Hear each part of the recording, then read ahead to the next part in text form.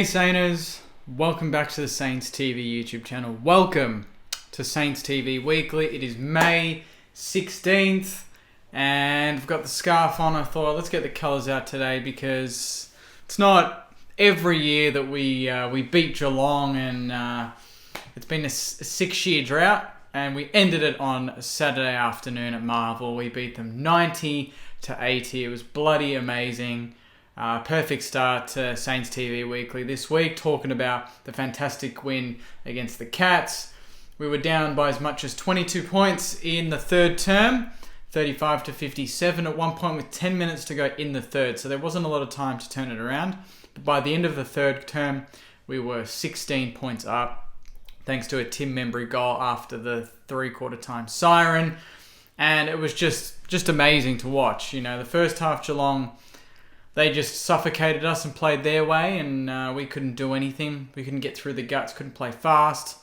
And in the second half, we found a way to play Saints footy. And Saints footy, as we know, when it's on, is bloody scintillating and very, very hard to stop. And Geelong found that when we kicked 7-2, and I think the last 6 goals of the third term, and then basically saw it out in the fourth term. But if you want to see my full review, as I say every week on Saints TV Weekly, my full match review is up. If you haven't watched it, click after this video and you'll be able to watch the review.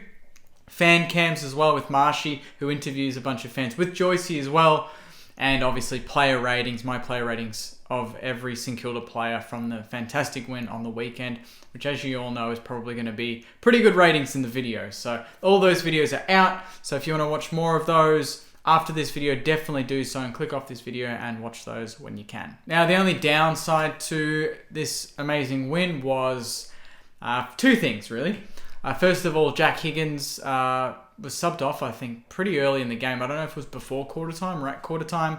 Marcus Winhager came on and played a blinding game. Like, he was just very, very good. 15 disposals, but his physicality around the ball really did get us going a little bit. And for an 18-year-old, now 19 today, so happy birthday to Marcus, for him to do that in a tight game against another finals-bound team. It's an 8-point game, basically. For him to do that was impressive.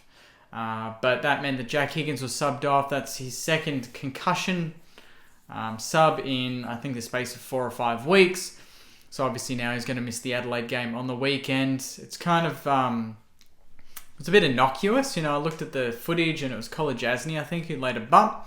And after that, it didn't look like it impacted Jack Higgins a lot, but obviously there are cases of delayed concussion, and I think maybe that's probably what happened. But I've seen now that College Asney has gotten off. He didn't get suspended.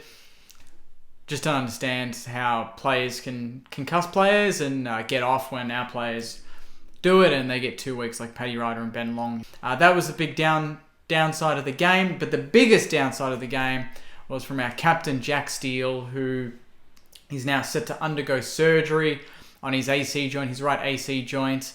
Was tackled heavily over the boundary, fairly, of course, but the weight just kind of pushed onto his right shoulder. And there was, a bit of worry that maybe he couldn't finish the game as well, and we would have been down to 2 on the bench. But he fought it out, as the captain does. He's captain courageous and played a very important role for us. Went deep, played full forward in patches, and just took a good defender. And it was great to see that our midfield, without Jack Steele, actually stood up against a seasoned Geelong outfit as well. So he'll be out for 6 to 8 weeks. Hopefully, by the time we play Carlton in round 15, I think he'll be ready to go. But yeah, hopefully we've got the depth. I honestly think we've got the depth to cover him, but it's a big blow for Jack Steele and for us, but I think we'll be able to cover him in the meantime. On top of that, no VFL news this week, as Sandy had the bye. But there was a bit of talk on SEN this morning. Brett Ratton joined SEN Breakfast and talked about Hunter Clark. And he mentioned that he played one game, not last week, but the week before in the VFL. And they had a bye this week, which is a real shame. He was building momentum. He needed another game. I think he got close to 30 possessions. But it wasn't the Hunter Clark that we knew. We need him to hit through the ball a bit more and use the ball a little bit better. He'll play the VFL this week. So he'll be in the VFL team this week. He won't play against Adelaide, as we all suspected. He needs one extra game, as per what Rat said this morning on SEN Breakfast. But he did pump up Mitch Owens. He said we gave Owens a freshen up, and he kicked 2 goals last week and had 32 possessions and 9 or 10 clearances. some of our kids at VFL level are going really well. Jack Bytel is another that's finding a lot of the ball. The depth is pretty good. A couple of players not quite ready to come in, but they're not far away either. And then he said Ratton also confirmed that Captain Jack Steele will undergo surgery, as I just talked about. So it looks like there could be a few changes this week. Obviously, Jack Steele coming out, but I think with the depth that we've got in the middle of the ground at the moment, with Gresh, with Steele, with Ross, Sinclair, Crouchy, Jones back. Maybe Windhagel will play through there a bit more as well. Maybe Owens or Bytel can come in. We don't know. There are players there that can go through. It's 6 or 7 players there already that can go through the midfield, and that's not including, other players that we could probably chuck in there like Billings as well that could get a run in there as well. So, bit of disappointing news, but good to see we've got some players at Sandy playing really well. Now for some fun trade news that I posted during the week, and I know everyone lost their shit over it. This was reported by Jay Clark, my good friend Jay Clark, and he said St Kilda understood to be considering a big money bid for out-of-contract Collingwood star Jordan De Goey, as Collingwood weigh up the benefits of keeping the goal-kicking midfielder against the possibility of paying overs for him. If Collingwood failed to match a rival bid for De Goey, the talented but controversial star could be poached by another club, where they're having to part with a draft pick. So, yeah, Jordan De Goey to the Saints. I see why a lot of people are reluctant, and I also see why a lot of people are interested. He's a sort of player that he could just play one good season, and if that one good season means that we win a grand final, I think most Saints would take it. But culturally, he's not a fit for us. We're beyond those years. We've had those party boys, the troublemakers. We don't have a lot of those anymore. And he's going to cost a lot. His salary would be probably upwards of 700, maybe even 800,000 per year. It was a pick 11, I believe. Or the compensation would likely be pick 11 for Collingwood if he did leave.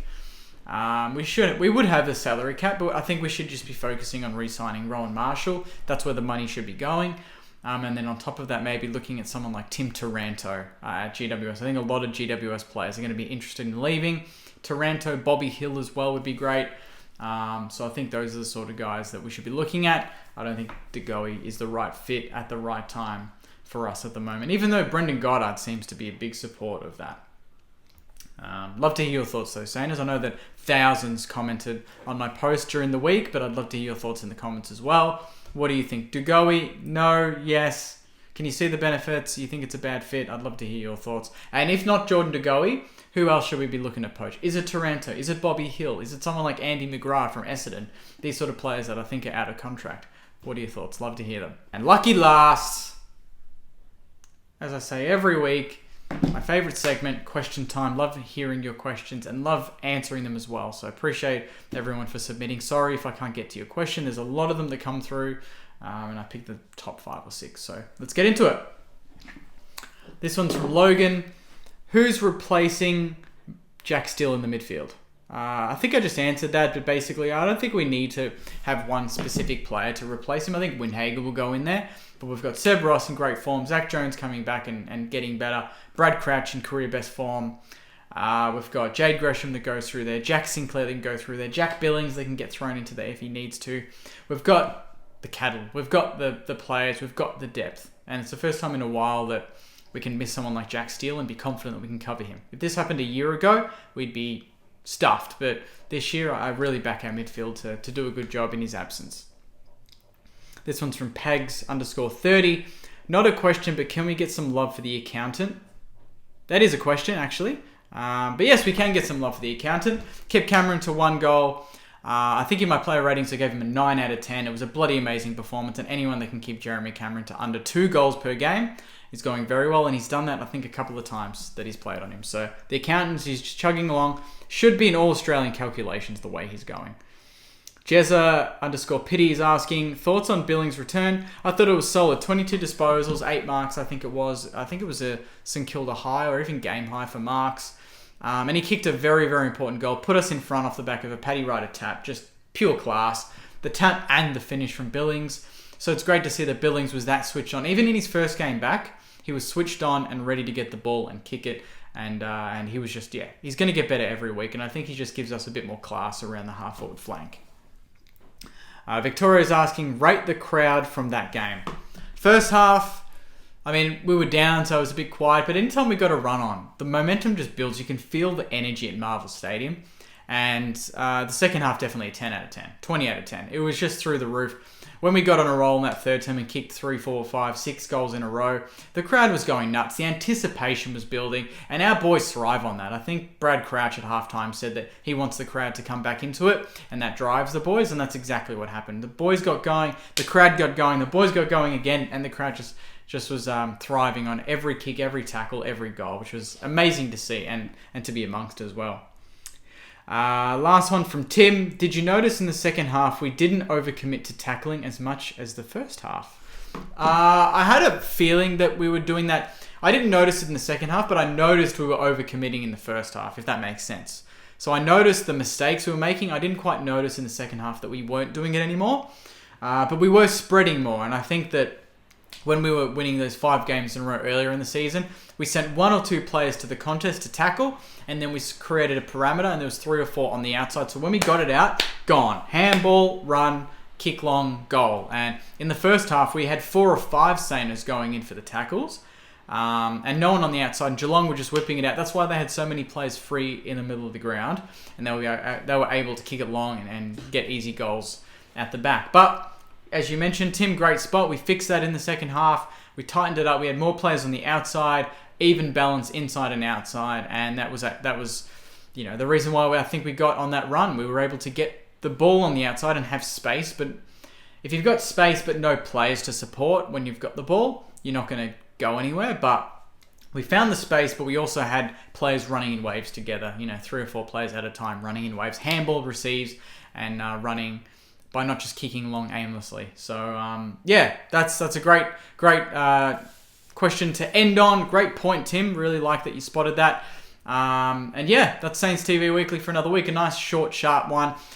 I'm keeping it short, Saints, so you can go and watch the replay again. I'm just doing my part here. I'm doing my part also so I can watch the replay again for like the 5th, 6th time as well over the weekend. So I'll leave it there. Appreciate all of you watching, Sainers, and all of you watching the content over the last couple of days. You got the review, the player ratings, fan cams, Saints TV Weekly, on top of the podcast, which we'll be recording tonight, and then hopefully the video of the potty will come out Tuesday night, Wednesday, and you'll be able to watch that and see all the good vibes when I chat to Marshy and Joycey in the studio this week. So thank you for watching. If you're watching this and you enjoyed it, please like, leave a comment, and most importantly, subscribe if you enjoy all the Saints TV content that's coming out over the next couple of days. So appreciate it, Saints. Enjoy your week. I know you will. I can see it through the camera lens. I know you're smiling already. The bloody Saints got up against the Cats, and I'll be there on Saturday night in Adelaide. I'm flying over to Adelaide with a good friend of mine, and I'll be there at Adelaide Oval to cheer on the boys. So hopefully I'll see all of you at the footy next Saturday night. But until then, enjoy your week, enjoy the win, and go you mighty Saints. See you guys.